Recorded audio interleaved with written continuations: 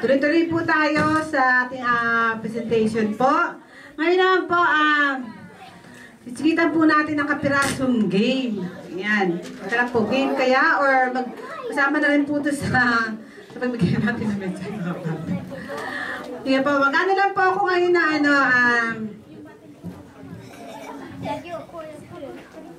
sino po ang merong dalang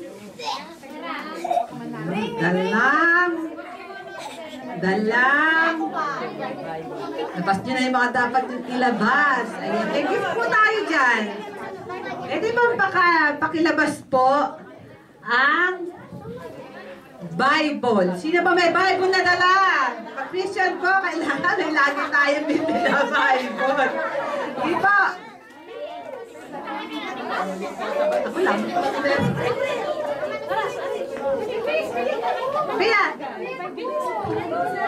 Takpo, Pia!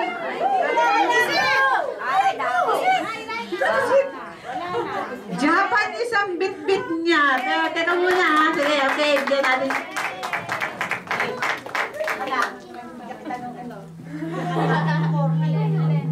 Maghahalo ka ako dito sa alak lang. Kita ka. Sabi natin halo ka. Maghahalo ka ka po.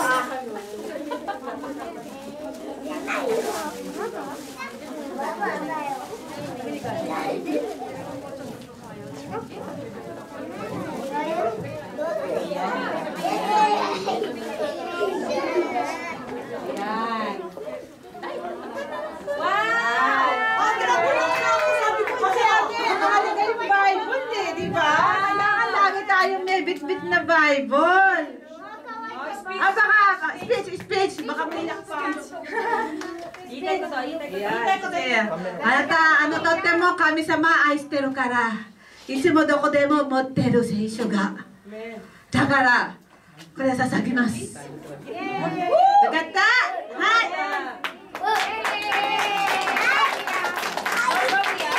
Kaya nagpapagawa kasi ako sa kanya. Kaya lang, Japanese. Representative po yung mother. Halika, mother. Ikaw na lang, magbabasa lang po ng Bible. Hindi po, kasi malang mata ko, halika.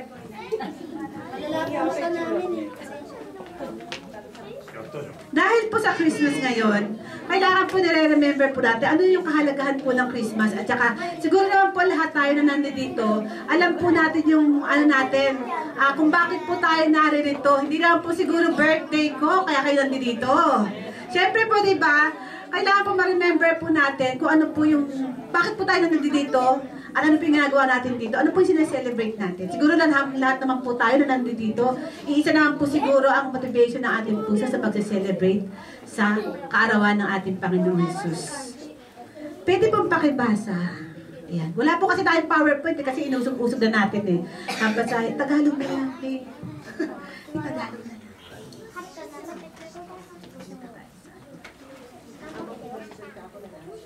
Hindi, sige lang.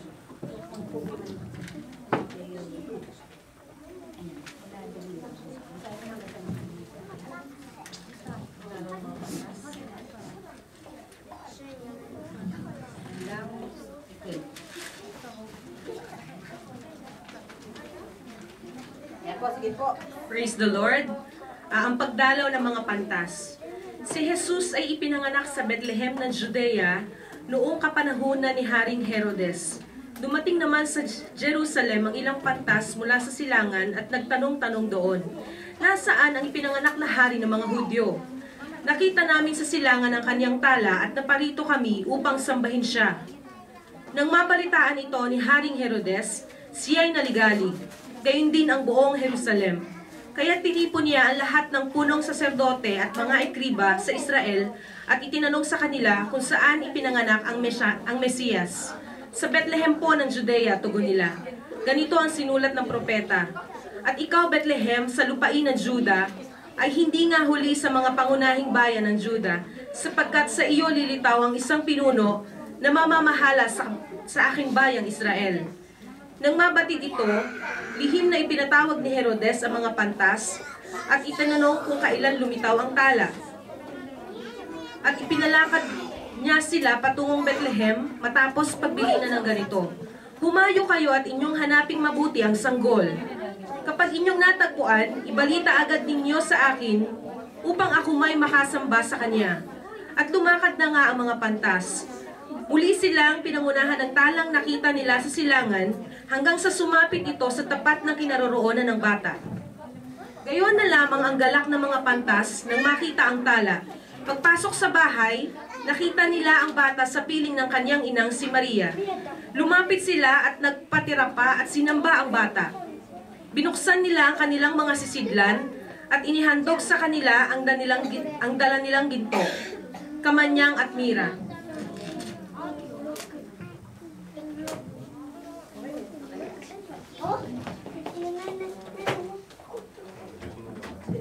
Sige, hallelujah, thank you po. Makikita po natin yung senaryo po rito kung paano po na nung ipinanganak po ang ating Panginoong Jesus, meron po yung mga wise men. Yung po mga pantas na tinatawag na, kumbaga makikita po natin dito na galing pa po sila sa malayong lugar. Actually, ang pagbabasa po ng Bible kasi, kailangan po makita natin yung reality na, halimbawa po, katulad nito nasa Luke po, kung ganong kalayo po yung pagdating ng pantas sa lugar ng ating Panginoon. Siguro po, imamate, maiisip natin na nung dumating yung mga pantas, siguro, nung pagkapanganak ni Jesus. Yun nandun sila sa sabsaban. Pero hindi po yun eh.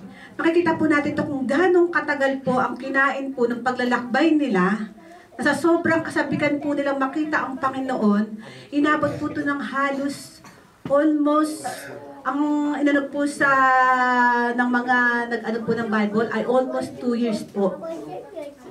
Kaya medyo malaki na po si Jesus po noon nung ano. Hindi po siya nakita ng mga pantas sa sabsaban. Medyo ano na po siya na siguro. Kaya nung sinabi po nung ipapapatay yung mga bata ay under po ng mula 2 taon hanggang pababa. Yun po yung pinaka-estimate po nun. Kaya kung makikita po natin siguro sa haba, sa layo ng lugar na pinanggalingan ng mga pantas, halos magdadalawang taon sila naglakbay para lang makita at meron po sila mga dala. Sa atin po, sa buhay po natin ngayon, makikita po natin, sineselebrate po natin halos taon-taon natin sineselebrate ang Christmas. Pero alam po kaya po natin sa buhay natin kung ano po ang katotohanan at kung ano po ang spiritual meaning sa buhay ng bawat isa sa atin. Nagiging isugashi po ba tayo? Nagiging busy po ba tayo sa pagbibili ng mga regalo? Sa pag-attend ng mga bonengkay? Pero yung pong katotohanan na mula pagka-baby po ni Jesus, ano po kaya? Mula po ba na naging baby si Jesus at nakita na dumating po siya para ibigay ang mabuting balita? Sa buhay po ng bawat isa po sa atin, nananatili po ba siyang baby? Kasi po kung mananatili pong baby every year po pinagdiriwang po natin ang birth ni Jesus Christ. Pero kung mananatili pong baby ang Panginoon sa buhay ng bawat isa sa atin, hindi po makakapangyari po ang kagustuhan sa atin. Siyempre po ang baby tayo, yung mga baby natin pagka yan po natin tayo po ang nasusunod Sa baby po tayo ang nasusunod. Pero kung pananatilihin po natin sanggol ang Panginoon sa buhay natin at hindi na po siya lumalaki. Halimbawa po tayo, pag nagse-celebrate po tayo ng mga baby natin mula 1 year, i-celebrate nga po natin ang ating anak ng 1 year. Siyempre, andyan po yung mga lobo-lobo, andyan po yung mga lollipop-lollipop. Pag dumating po kaya ang mga baby natin na nag-18 years old at magde-debut. Kasi anak ko, debut party po yan. Siguro ko halimbawa kung ang ibibigay ko sa kanyang klase ng party ay kasing katulad po nung kanyang party nung kanyang 1 year old lang siya. Ano po kaya mararamdaman ng anak ko? Siguro maaasar po sa akin yun. Ano ba, ang laki-laki ko na. Dalaga na ako, ganyan pa rin ang trato mo sa akin. Iniisip din po kaya ng Panginoon sa atin yun. Na hanggang ngayon po kaya, ang image po natin sa Pasko ay si Jesus na nakahiga sa sabsaban pa rin po. Sa buhay po kaya natin, nananatili pa rin po kaya na tayo ang mas malakas kaysa kay Jesus. Na tayo po yung nakakapangyari kung ano yung gusto ko, ako na lang. Pero si Jesus po, manatili kang baby dyan. Basta ako kung ano yung gusto ko. Pero Lord kita, sige Jesus kita. Pero ako pa rin ang masusunod sa buhay ko. Parang hanggang ngayon, nakokontrol pa rin ng, tayo pa rin po ang nagkokontrol sa sarili natin kaysa sa Panginoong Jesus. Kasi pinapanatili po natin sanggol siya sa buhay natin. Hindi po natin minahayaan na lumaki. Pero makikita po natin sa Bible, ang mga pantas po, hanggang sa 2 taon, ibinigay ang kanilang para hanapin lamang po yung kung nasaan yung haring ibinigay na prophecy na maghahari sa buong mundo. Halos 2 taon at ibinigay po nila yung kanilang hindi lamang po yung mga kamanyang, yung mira, yung malalaking kayamanan po. Sa atin po, hindi naman po natin masasabi na talagang kailangan natin ibigay ang lahat. Pero meron po tayong isang magandang pwede ibigay sa Panginoon natin na hindi lamang po tuwing Pasko. Kundi habang buhay po nandito tayo, habang inaantay po natin ang Panginoon, yung ating pong sarili, yung ating pong panahon, yung ating pong pag-iisip, yung ating pong pananampalataya sa Panginoon. Kaya po, minsan sabihin natin, I love you Lord, pero minsan po wala po sa ating sarili. Kasi pinapanatili po natin sa sanggol. Hayaan po natin na ang Panginoon po ay maging gumanap po sa Kanya yung Kanyang pagiging Panginoon. Kung ano po yung naudlot na pagiging Panginoon niya, hayaan po natin na talagang sa taon-taon ng buhay natin, sa araw-araw ng buhay natin, darating po ang isang araw. Ang realidad po, babalik po ang Panginoon. Nakaready po ba tayong lahat?